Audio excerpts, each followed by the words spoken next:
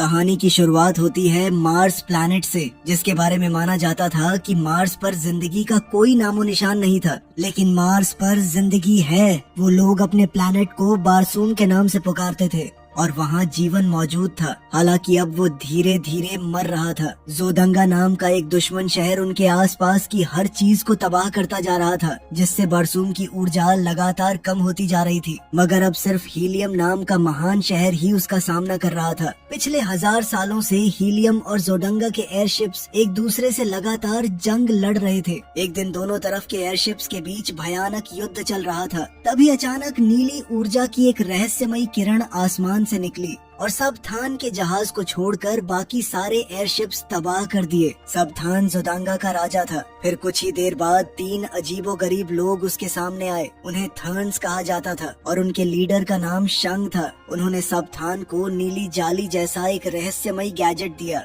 इस गैजेट की मदद से वो ऊर्जा के शक्तिशाली ब्लास्ट चला सकता था। लेकिन जब सबथान ने उस शक्ति से थर्न्स पर हमला करने की कोशिश की तो वो खुद पीछे जाकर जमीन पर जा गिरा। फिर थर्न्स ने बताया कि उन्हें गॉडेस ने भेजा था और गॉडेस ने सबथान को उसकी जंग में मदद करने का फैसला किया था। फिर शांग ने उसे अपनी नई शक्ति आजमाने को कहा। अगले ही पल सबथान ने दुश्मन के एयरशिप्स पर ऊर्जा के धमाके बरसाने शुरू कर दिए और कुछ ही पलों में उसने पूरी लड़ाई जीत ली। वहीं दूसरी तरफ साल 1881 में धरती पर जॉन न्यूयॉर्क की सड़कों पर चल रहा था। तभी अचानक उसने महसूस किया कि एक रहस्यमयी आदमी उसका पीछा कर रहा था। जॉन ने उसे चकमा देने की पूरी कोशिश की और अलग अलग रास्तों से निकलने लगा। उसके बाद वो एक दुकान पर रुक गया और एक टेलीग्राम भेजा। उसने एक्सप्रेस सर्विस चुनी क्योंकि मामला बहुत जरूरी था। कुछ समय बाद उसका भतीजा नेड वो टेलीग्राम पढ़ रहा था। उसके अंकल जॉन ने उसे तुरंत आकर उसकी मदद करने को कहा था। अब नेड बिना देर किए ट्रेन पकड़कर जॉन के घर पहुंच गया। मगर वहां उसकी मुलाकात एक वकील से हुई।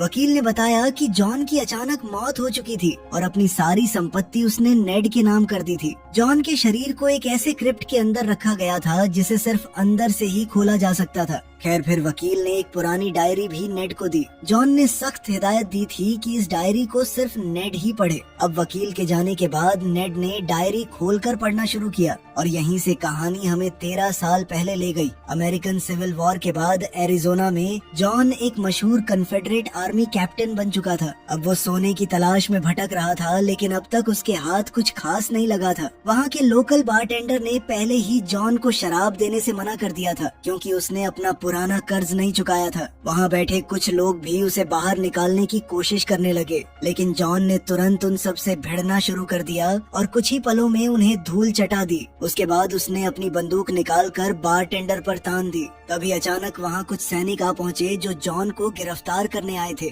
जॉन ने उनका विरोध करने की कोशिश की, लेकिन उसे बेहोश कर दिया गया। कुछ देर बाद जब उसकी आंख खुली तो उसे पूछताछ के लिए लाया जा चुका था। कर्नल पावल के सामने आते ही जॉन दोबारा झगड़ा करने लगा और तब तक नहीं रुका जब तक उसे उठाकर जेल की एक सेल में नहीं डाल दिया गया। पावल चाहता था कि जॉन उनके साथ मिलकर अपाचीज के खिलाफ लड़े, लेकिन जॉन जंग और खून खराबे से तंग आ चुका था। अब वो किसी भी लड़ाई का हिस्सा नहीं बनना चाहता था। जवाब में पावल ने उसे एक बार फिर बेहोश कर दिया। बेहोशी के दौरान जॉन को अपने मरे हुए परिवार के सपने आने लगे। कई घंटों बाद जब उसकी आंख खुली तो उसने गार्ड का ध्यान खींचने के लिए सेल के अंदर ही पेशाब कर दिया। फिर जैसे ही गार्ड पास आया तो जॉन ने उसे बेहोश कर दिया और उसकी चाबियां चुरा ली।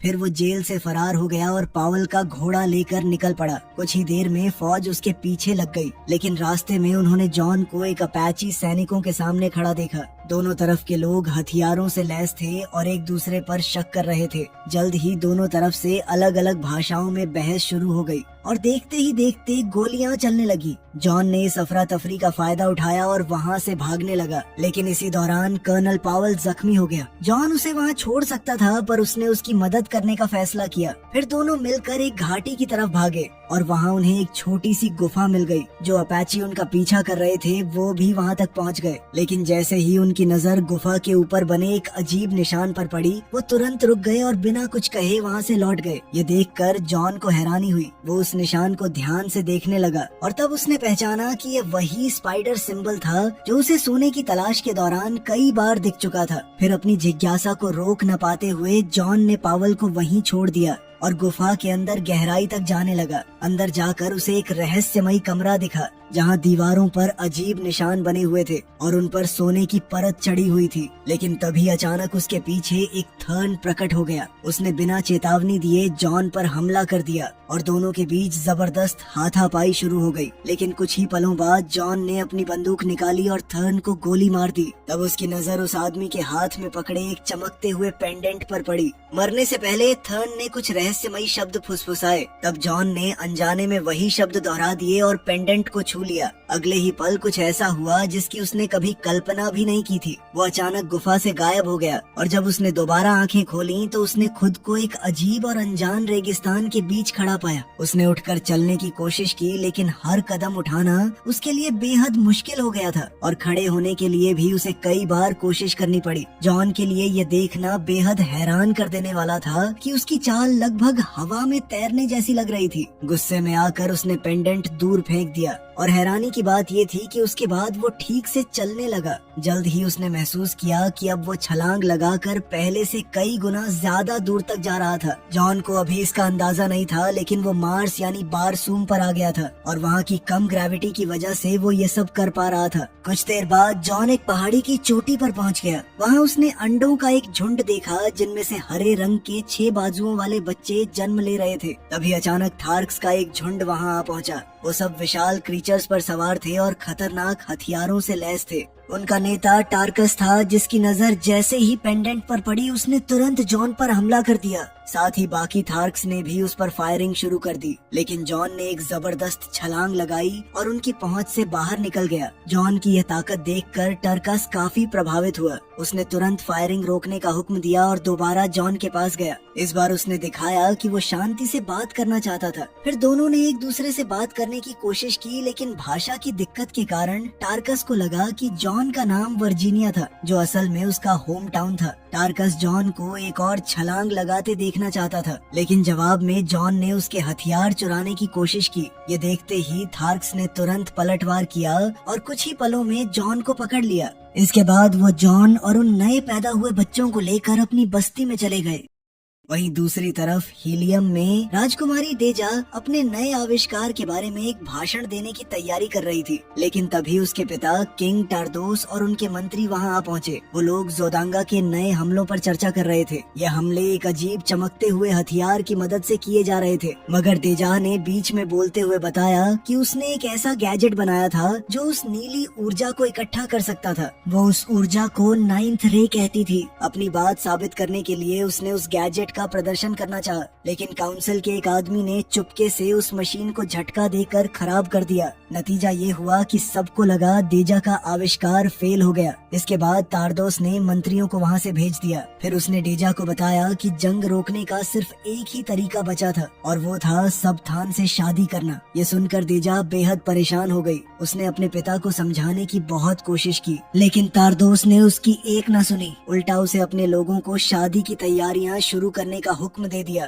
खैर कुछ देर बाद बाहर वही मंत्री जिसने मशीन खराब की थी वो अपना असली रूप दिखाने लगा। वो असल में एक थर्न था और अपनी रूप बदलने की शक्तियों का इस्तेमाल करके हीलियम पर नजर रख रहा था। दूसरी तरफ जॉन थार्क्स की बस्ती को बहुत ध्यान से देख रहा था, खासकर तब जब उसने उन्हें उन नए पैदा हुए बच्चों को लेकर आपस में लड़ते देखा। फिर टरकास ने सबको हुक्म दिया कि 16 नाम की लड़की को एक बच्चा दे दिया जाए। उसी दौरान हाजुस ने जॉन को मारने की कोशिश की, लेकिन टरकस ने तुरंत उसे धक्का देकर पीछे हटा दिया, क्योंकि उसका कोई साथ देने वाला नहीं था। इसके बाद टरकस ने जॉन से दोबारा कूदकर दिखाने को कहा, मगर जॉन ने फिर भी उसकी बात मानने से इनकार कर दिया। फिर उसे बच्चों के साथ एक गुफा में भेज दिया गया, जहाँ उसे जंजीरों से बांध दिया गया। फिर रात को 16 उसे मिलने आई और उसे एक खास ड्रिंक पिलाया। उसका असर ये हुआ कि जॉन थार्क्स की भाषा समझने लगा, मगर इसके तुरंत बाद वो बेहोश हो गया। जब जॉन की आंख खुली तो रात का समय था और उसके सामने वूला नाम का एक अजीब सा कुत्ते जैसा एलियन खड़ा था।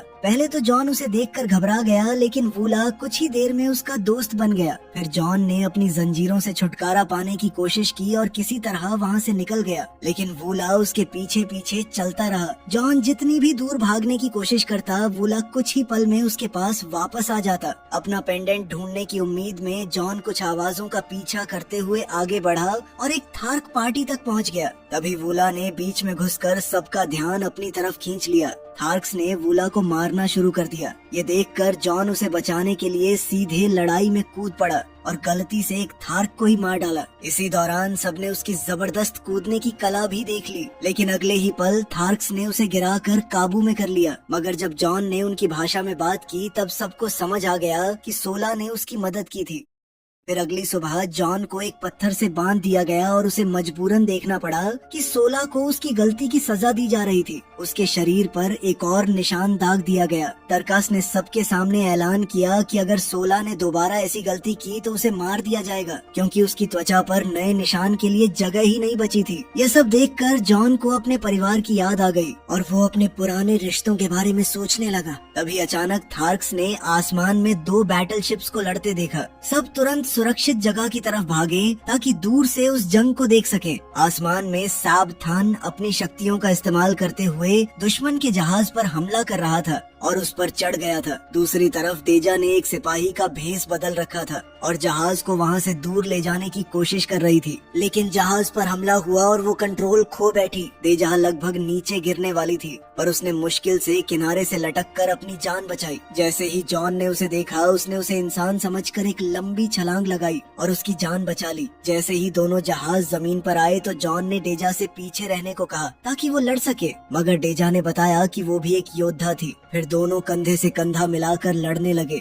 और दोनों सेनाओं के सिपाहियों का सामना करने लगे। लड़ाई के दौरान जॉन एक जहाज पर चढ़ गया और उसकी तोप का इस्तेमाल करते हुए दूसरे जहाजों पर गोलाबारी करने लगा। उसके हमलों से कई जहाज टकराकर तबाह हो गए। इसके बाद साबथान सीधे जॉन के सामने आ गया और दोनों के बीच जबरदस्त लड़ाई शुरू हो गई। लेकिन कुछ ही देर में साबथान जॉन पर भारी पड़ने लगा और उसे आसानी से हरा दिया। जब साबथान जॉन को मारने ही वाला था कि तभी थार्क्स ने जहाजों पर गोलीबारी शुरू कर दी। इस अफरा तफरी का फायदा उठाकर जॉन ने एक लंबी छलांग लगाई और वहां से बच निकला, जबकि बचे हुए कुछ जहाज वहां से भाग गए। इसके बाद थार्क्स ने जॉन को अपना योद्धा मान लिया और उसे डोटार सोजात यानी राइट आर्म्स का सम्मान दिया। ये देखकर हाजूस गुस्से से भर गया। जॉन ये सम्मान ठुकराना चाहता था क्योंकि वो दोबारा किसी जंग का हिस्सा नहीं बनना चाहता था, लेकिन टर्कस ने डेजा को धमकी दी और जॉन को मजबूरन उस सम्मान को स्वीकार करना पड़ा। फिर थार्क्स गिरे हुए जहाजों को लूटने निकल पड़े, जबकि डेजा जॉन की ताकत और उसकी कूदने की कला को लेकर काफी उत्सुक थी। उसने जॉन से कहा कि वो उसके लोगों को भी ये कला सिखा दे, मगर जॉन ने साफ कह दिया कि वो किसी के लिए काम नहीं करता।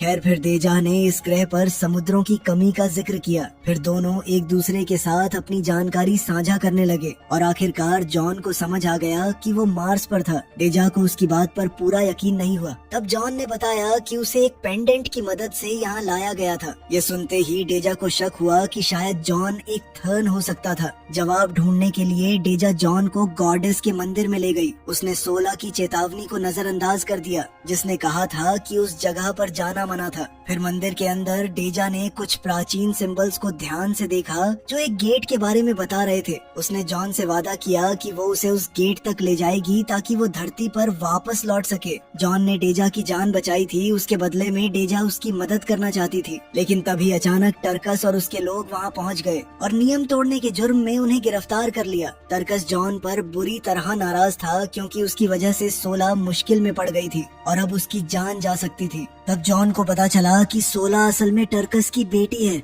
ये बात सुनकर टर्कस ने उसे जोर से मारा और बताया कि थार्क्स के बीच अपने अपने बच्चों का कोई कंसेप्ट नहीं होता। इसके बाद वो तीनों को अपने टेंट में ले गया और सबके सामने ऐसा दिखाया जैसे उन्हें सजा देने वाला हो। लेकिन अंदर पहुंचते ही टर्कस ने जॉन को उसका पेंडेंट वापस दे दिया और उन्हें तुरंत भाग जाने को कहा। जब तक हाजूस को शक हुआ और वो टेंट के अंदर घुसा, तब तक तीनों वहाँ से निकल चुके थे, मगर टर्कस पर तुरंत गद्दारी का आरोप लगा दिया गया। फिर जॉन, डेजा और 16 मार्स के रास्तों पर सफर करने लगे, जबकि वूला भी उनके साथ साथ चलता रहा। रास्ते भर जॉन ने देखा कि सबथान की जंग ने कितनी तबाही मचा दी थी। उन्हें खतरनाक रेत के तूफानों का सामना करना पड़ा और कई बार वॉरशिप से बचकर छुपना भी पड़ा। लेकिन कुछ दिनों बाद 16 को एहसास हुआ कि डेजा उन्हें उस गेट की तरफ नहीं ले जा रही थी। जब 16 ने डेजा से इस बारे में सवाल किया, तब डेजा ने सच बता दिया कि वो उन्हें हीलियम ले जा रही थी ताकि वो उसके लोगों की मदद कर सके। ये बात सुनकर जॉन को बहुत गुस्सा आया और उसने फैसला कर लिया कि वो डेजा को वहीं छोड़ देगा।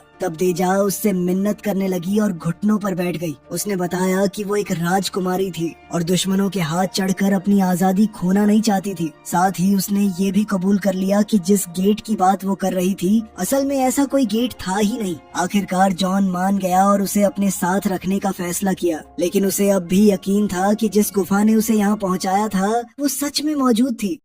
वहीं दूसरी तरफ शांग को डेजा की लोकेशन की खबर मिल चुकी थी और उसने उसका पीछा करने की तैयारी शुरू कर दी। कुछ देर बाद वो तीनों एक पवित्र नदी तक पहुंच गए। यहाँ वो लोग आते थे जो अपने पापों का प्रायश्चित करने के लिए पानी में कूदकर अपनी जिंदगी खत्म कर देते थे ताकि उन्हें स्वर्ग मिल सके। सोला भी उनके साथ जाना चाहती थी, लेकिन जॉन ने तुरंत उसे रोक दिया। जॉन ने कहा कि अगर तुम सच में अपने पिता की इज्जत करती हो तो अपनी जिम्मेदारी निभानी पड़ेगी तुम्हें और उसकी मदद करनी होगी। उसके बाद तीनों एक नाव में बैठकर नदी के रास्ते आगे बढ़ गए। वूला को उन्हें पीछे छोड़ना पड़ा। फिर सफर के दौरान उन्हें एक अजीब सी विशाल स्ट्रक्चर दिखाई दी जिसे डेजा ने पहले कभी नहीं देखा था। जॉन एक बड़ी छलांग लगाकर डेजा को उसके ऊपर ले गया और जैसे ही वो वहाँ पहुँचे जॉन का पेंडेंट चमकने लगा और पूरी स्ट्रक्चर एक्टिवेट हो गई। तब साबित हो गया कि ये एक मशीन थी। अचानक उसका एक रास्ता खुल गया और दोनों अंदर चले गए। अंदर पहुंचकर डेजा ने पेंडेंट की मदद से सोलर सिस्टम का एक डायग्राम एक्टिवेट कर दिया। तब उसे पता चला कि वही नीली ऊर्जा जिसे वो नाइन्थ रे कहती थी उसका आकार बिल्कुल उस मकड़ी जैसा था जो जॉन ने गुफा में देखी थी। फिर एक और चौंकाने वाला सच सामने आया। जॉन असल में धरती से मार्स तक भेजी गई अपनी ही एक कॉपी था। ये सब समझने के बाद डेजा को एहसास हुआ कि सैब थान को थर्न्स की मदद मिल रही थी और पहली बार उसने सच में मान लिया कि जॉन धरती से आया था।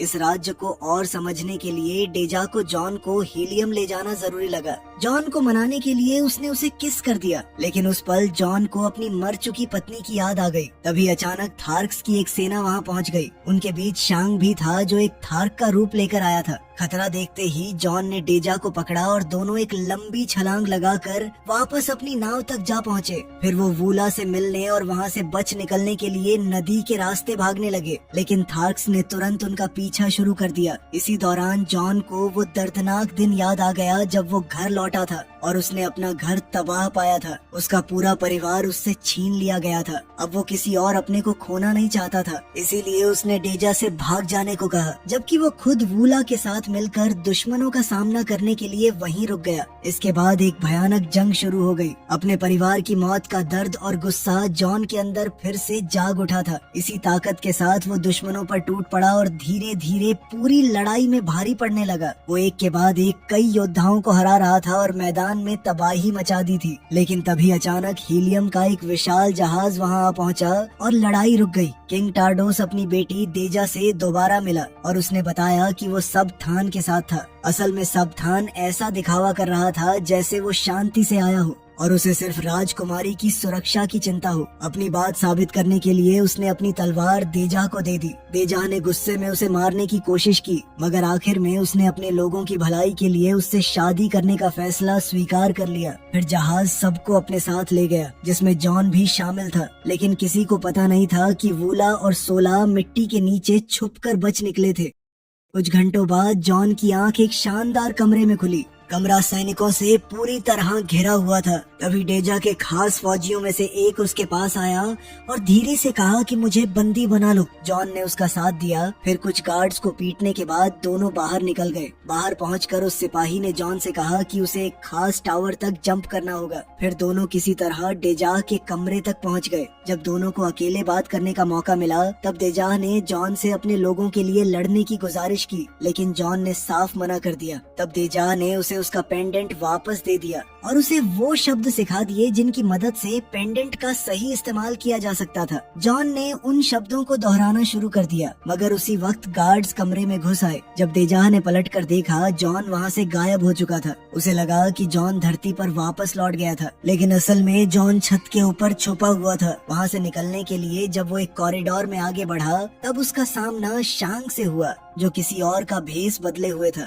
शांग जॉन को एक पालकी में बिठाकर ले गया। सफर के दौरान उसने धरती के बारे में ऐसी बातें बताई जिससे साफ था कि वो उस दुनिया के बारे में काफी कुछ जानता था। फिर उसने एक और रूप धारण कर लिया ताकि दोनों शादी के जश्न देख सके। लेकिन तब एक हैरान कर देने वाला सच सामने आया। पता चला कि शादी पूरी होते ही डेजा को मार दिया जाएगा। इसके बाद शांग ने जॉन को बताया कि थर्न्स बहुत प्राचीन और अमर जीव थे। वो कई प्लैनेट्स पर मौजूद हैं, जिनमें से धरती भी एक है, और सदियों से वही इतिहास की दिशा तय करते आए थे। फिर शांग जॉन को एक हैंगर तक ले गया क्योंकि वो उसे वहाँ से आसमान में उड़ाना चाहता था। लेकिन तभी अचानक वूला वहाँ आ पहुँचा और शांग को काट लिया, जिससे जॉन आजाद हो गया। जॉन ने तुरंत अपना पेंडेंट वापस चुरा लिया। फिर उसने उन लोगों का एक उड़ने वाला जहाज चुरा लिया, लेकिन उसे ऐसा जहाज उड़ाने का कोई अनुभव नहीं था। इसी वजह से वो कई बार लगभग क्रैश होते होते बचा। वहीं एक गार्ड भी उसका पीछा कर रहा था, मगर जैसे ही जॉन शहर से बाहर निकला, सोला ने उस पीछा करने वाले गार्ड को गोली मारकर गिरा दिया।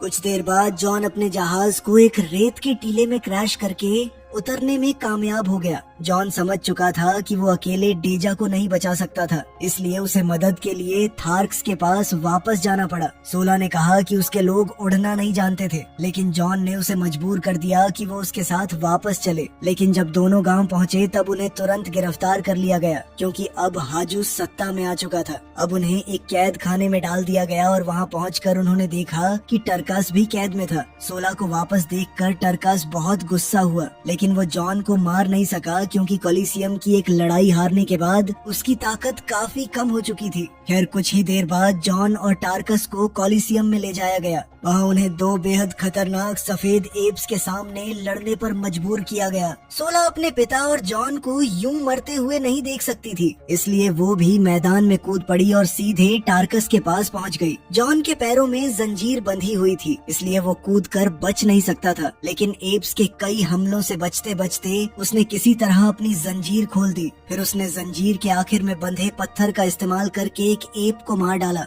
इसके बाद उसने जमीन पर पड़ी एक तलवार उठा ली। जब दूसरा एप उस पर झपटा तब जॉन ने एक ही बार में उसका काम तमाम कर दिया। ये देखकर पूरी भीड़ उससे प्रभावित हो गई, मगर इसके तुरंत बाद जॉन ने हाजुस को ललकारा। हाजुस इस लड़ाई से बचना चाहता था और वो मना करने लगा, लेकिन भीड़ ने उसे नियमों की याद दिला दी। मजबूरन हाजुस को चुनौती स्वीकार करनी पड़ी। फिर जैसे ही हाजुस ने हमला करने के लिए छलांग लगाई, जॉन ने एक ही बार में उसका सिर धड़ से अलग कर दिया। उसी पल पूरा मैदान उसकी जीत का जश्न मनाने लगा। फिर जॉन ने सबके सामने एक भाषण दिया। उसने कहा कि इस ग्रह को बचाने के लिए उसे योद्धाओं की जरूरत थी। ये सुनते ही भीड़ उसके साथ जंग में जाने के लिए तैयार हो गई।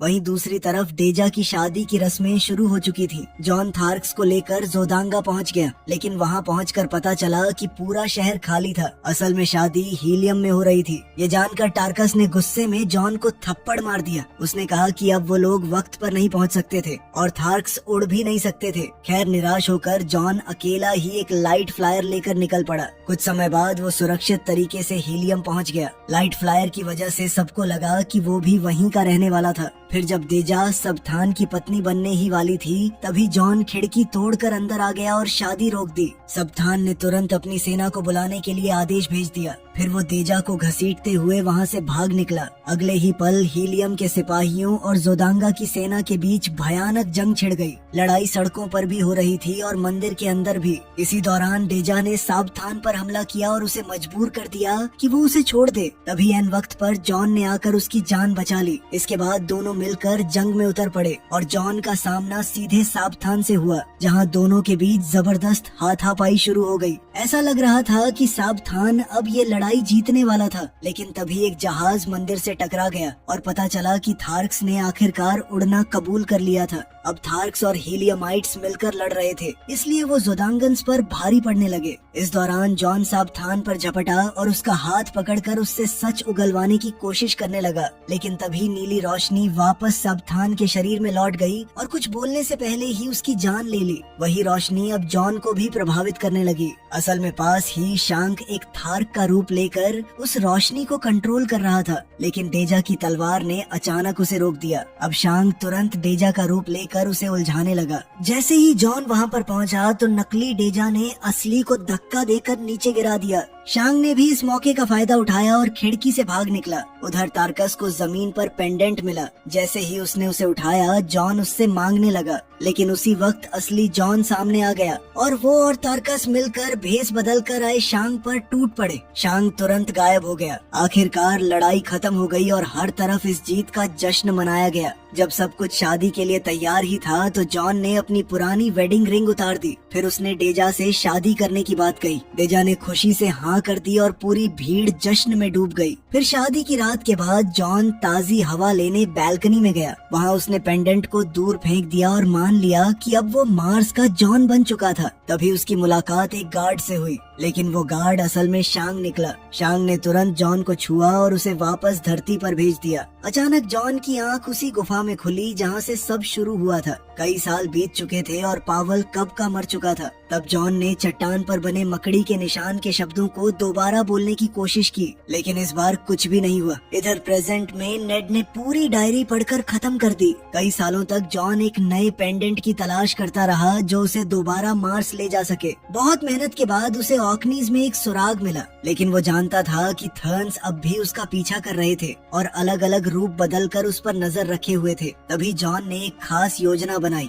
उसने बीमार होने का नाटक किया और एक खास जहर की मदद से अपने शरीर को बिल्कुल मरा हुआ दिखाया ताकि लोग उसके शरीर को क्रिप्ट में रख दें। उसने कुछ खास निर्देश भी छोड़ दिए थे जिनका सच सिर्फ नेड को पता चल सकता था। ये सब जानकर नेड हैरान और परेशान हो गया। वो तुरंत क्रिप्ट की तरफ दौड़ा। फिर उसने टेलीग्राम में दिए गए कीवर्ड्स का इस्तेमाल करके क्रिप्ट को दोबारा खोला, लेकिन अंदर देखकर उसके होश उड़ गए। क्रिप्ट पूरी तरह खाली थी। उसी पल एक थर्न उसके पीछे आ खड़ा हुआ, लेकिन उसके हमला करने से पहले ही गोली चलने की आवाज गूंजी और थर्न वहीं ढेर हो गया। तब जॉन अपनी छुपने की जगह से बाहर निकला। उसने नेड को बताया कि उसने नेड के बहाने थर्न को चकमा दिया ताकि थर्न को बाहर निकाला जा सके, लेकिन बाकी पूरी योजना पहले जैसी ही थी। जॉन ने मरे हुए थर्न से पेंडेंट उठाया। फिर उसने नेड से कहा कि वो उसके असली शरीर की हिफाजत करे। इसके बाद जॉन क्रिप्ट के अंदर चला गया और फिर क्रिप्ट को हमेशा के लिए बंद कर दिया गया। आखिर में जॉन ने वो खास शब्द बोले और इसी के साथ वो दोबारा मार्स लौट गया।